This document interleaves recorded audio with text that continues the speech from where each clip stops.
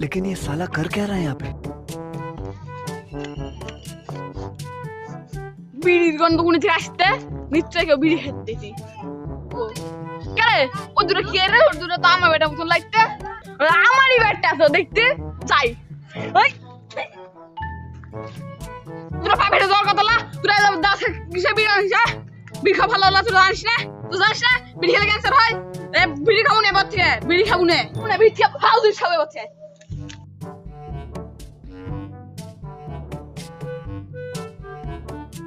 আজ করা হলো কি করতে